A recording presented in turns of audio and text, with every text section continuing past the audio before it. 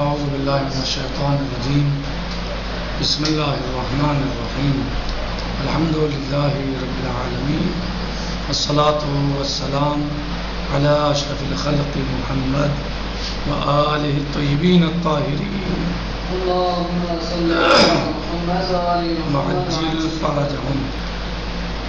علم رجال میں کل ہم نے بہجۃ الاعمال فی شرح زبدۃ المقال کے بارے میں گفتگو اور بحث کی تھی کہ جو علامہ الحاج شیخ علی بن عبداللہ بن محمد بن محب اللہ بن محمد جعفر العلیاری التبریزی کی تصنیف ہے، اس کے بارے میں ہم نے، اس کے نہج کے بارے میں، اس کے طرز کے بارے میں ہم نے گفتگو اور بحث کی تھی۔ آج کی ہماری گفتگو اور بحث تنقیح المقال کے بارے میں ہے، جو علم رجال کی ایک اہم کتاب ہے جس کے مؤلف علامہ شیخ عبداللہ مامقانی رضوان اللہ تعالی علیہ کہ جن کی وفات 1351 ہجری میں ہوئی، جو اس علم کی سب سے مفصل کتاب ہے۔ تنقیح المقال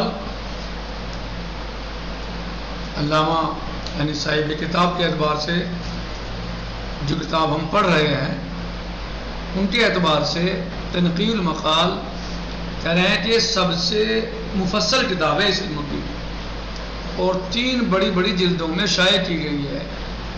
اختتام میں علم رجال کی تمام قدیم و جدید کتابوں کو جمع کر دیا گیا ہے، اور بقول علامہ ابو ذر طحرانی یہ اس علم کی سب سے زیادہ مفصل کتاب ہے، جس میں تمام صحابہ، تابعین اور 4 صدی تک اصحاب ائمہ علیہ السلام کا ذکر کیا گیا ہے، اور بعض علماء محدثین کے ذکر کو بھی جگہ دی گئی ہے۔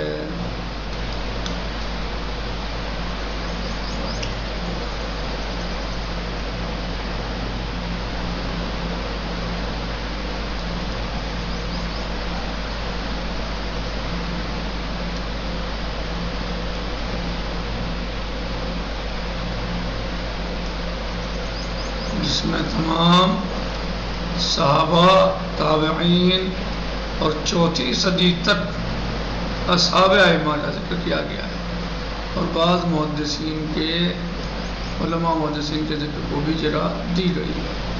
علامہ مامقانی رحمۃ اللہ تعالی علیہ نے یہ سارا کام تقریباً 3 سال کے عرصے میں انجام دیا ہے۔ کتنے سال کے عرصے میں؟ 3 سال۔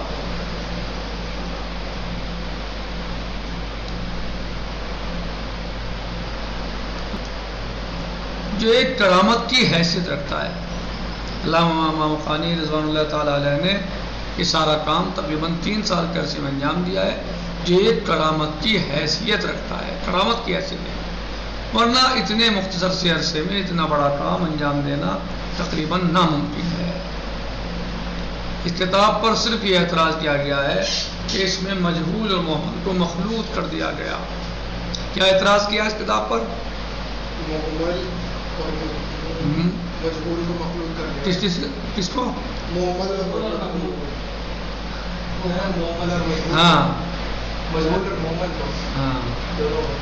مخلوط کر دیا، جبکہ ابن داؤد نے اس امر کی وضاحت کر دی تھی کہ محمل وہ کہا جاتا ہے جس کے بارے میں کوئی مدح یا مذمت وارد نہ ہو۔ محمل کسے کہا جاتا ہے؟ جس کے بارے میں کوئی مدح یا مذمت وارد نہ ہو، اور اسے در حقیقت ممدوحین میں شامل کرنا چاہیے، اور اس کے روایات پر عمل کرنا چاہیے۔ یعنی جس شخص کی مدح یا مذمت نہیں وارد ہوئی ہے، صحیح ہے، اسے کہا جاتا ہے محمل۔ اور مجہول کون ہے؟ مجہول وہ ہے جس کے مجہول ہونے کی تصریح کر دی گئی ہو۔ اور مجہول وہ ہے جس کے مجہول ہونے کی تصریح کر دی گئی ہو اور اس کے روایات پر عمل نہیں کیا جا سکتا. یعنی جسے مجہول کہہ دیا گیا، تصریح کر دی گئی، اس کی روایت پر عمل نہیں کیا جا سکتا. کہ مجہول قرار دینا خود ایک قسم کی تنقید ہے. یعنی کوئی کسی کو مجہول الحال کہہ دے تو گویا یہ کیا ہے؟ ایک تنقید ہی تو ہے یہ. ہاں، اور اس جرح و تنقید کے ہوتے ہوئے روایت قابل عمل نہیں ہو سکتی. اگر آپ سے پوچھا جائے کہ محمل اور مجہول میں کیا فرق ہے، محمل کسے کہتے ہیں، مجہول کسے کہتے ہیں، کیا فرق ہے، تو آپ اس کو بتائیے. لیکن اگر آپ تنقیح المقال کی فہرست کا جائزہ لیں گے، جس کا نام مصنف نے نتیجۃ التنقیح رکھا ہے، تنقیح المقال کی فہرست کا جائزہ لیں گے جس کا نام مصنف نے نتیجۃ التنقیح رکھا ہے، تو آپ کو اندازہ ہوگا کہ اس میں صرف مجہول افراد کا ذکر کیا گیا ہے. اور مجہول سے مراد وہ تمام لوگ ہیں جنہیں مجہول کہا گیا ہے یا جن کے بارے میں کسی مدعو قد کا کوئی ذکر نہیں ہے. صحیح، یعنی ان کو بھی انہوں نے مجہول کر دیا.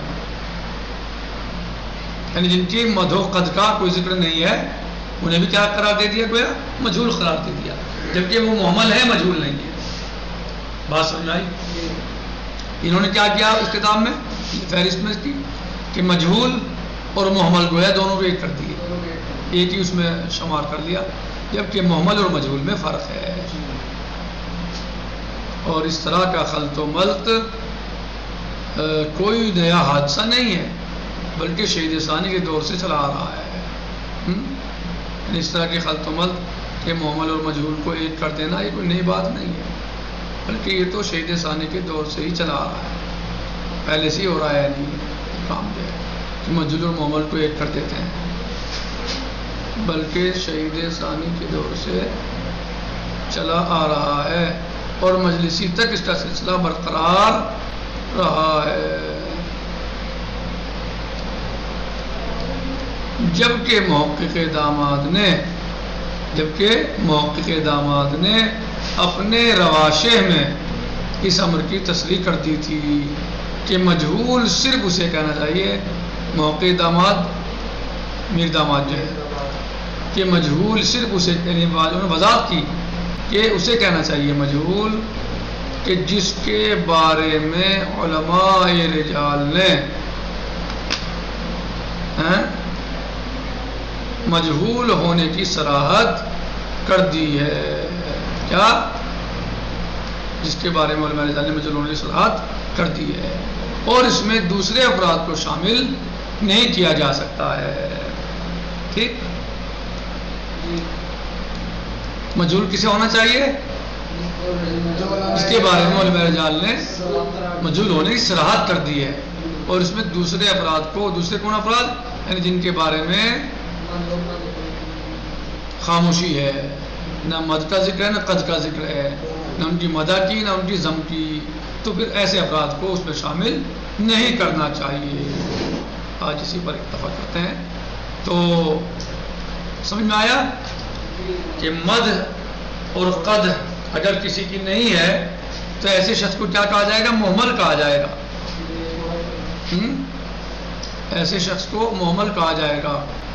اور اگر کسی کے بارے میں صراحتاً کہا ہے مجہول ہونے کے بارے میں تو وہ شخص مجہول ہے، لیکن محمل کو مجہول نہیں کہا جائے گا. الحمدللہ رب العالمین. السلام علیکم ورحمۃ اللہ وبرکاتہ. کل محقق تہرانی کا جواب آئے گا، جس احتیاط کا جواب انہوں نے دیا ہے، اس احتیاط کا جواب دیا محقق تہرانی نے، وہ انشاءاللہ آئندہ درس میں آئے گا. الحمدللہ رب العالمین.